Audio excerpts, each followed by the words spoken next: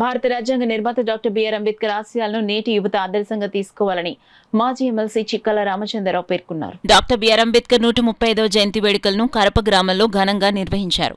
మండల అంబేద్కర్ యువజన సంఘం ఆధ్వర్యంలో జరిగిన కార్యక్రమానికి మాజీ ఎమ్మెల్సీ చిక్కాల రామచంద్రరావు ముఖ్య అతిథిగా పాల్గొని డాక్టర్ బిఆర్ అంబేద్కర్ విగ్రహానికి పూలమాలలు వేసి ఘనంగా నివాళులర్పించారు. కార్యక్రమంలో తెలుగుదేశం పార్టీ నాయకులు పెంకె శ్రీనివాస్ బాబా, వెంకటేశ్వరరావు, జనసేన పార్టీ నాయకులు భోగిరెడ్డి కొండలరావు, మురళి, పండు, రమేష్, వైఎస్సార్సీపీ నాయకులు వజ్రపు కామేష్, మారెళ్ల వెంకటరమణ, వీర్రాఘవులు కుమార్, ఊవ ఏడుకొండలు పాల్గొన్నారు.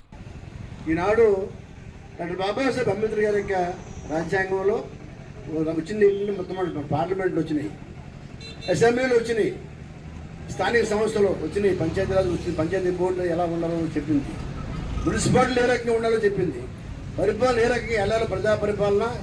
ఈ పెద్ద ప్రజాస్వామిక దేశం ఇది.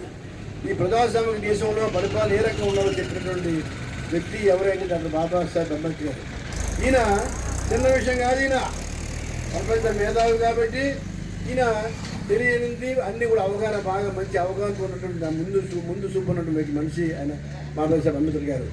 ఎప్పుడు కూడా అన్ని వర్గాలకి న్యాయం చేయాలని భావంతో ఉన్నాడు. ఒక పక్క డెవలప్మెంట్ అయినప్పటికీ కూడా పేదల కోసం చూడాలి. ఆ రోజున హీన స్థితిలో ఉన్న పేద వర్గాలు చూసి ఆయన చనిపోయినటువంటి వ్యక్తి. ఆయన దళిత కులం నుంచి పుట్టినటువంటి వ్యక్తి డాక్టర్ బాబాసాహెబ్ అంబేద్కర్ గారు.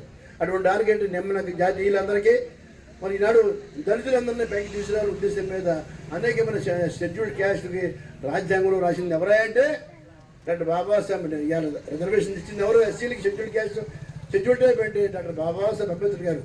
ఏ గవర్నమెంట్ వచ్చినా చేసి తెరవలసిందే. డాక్టర్ బాబాసాహెబ్ అంబేద్కర్ గారు ఇచ్చిన రాజ్యాంగంలో వచ్చిన ఈ యొక్క హక్కులు ఏవైతే ఉన్నాయో, ఈ రిజర్వేషన్స్ ఏవైతే ఉన్నాయో, ఏ గవర్నమెంట్ వచ్చినా చేయవలసిన పూచి ఉందని కూడా మేము అందరికీ తెలియజేస్తున్నాం.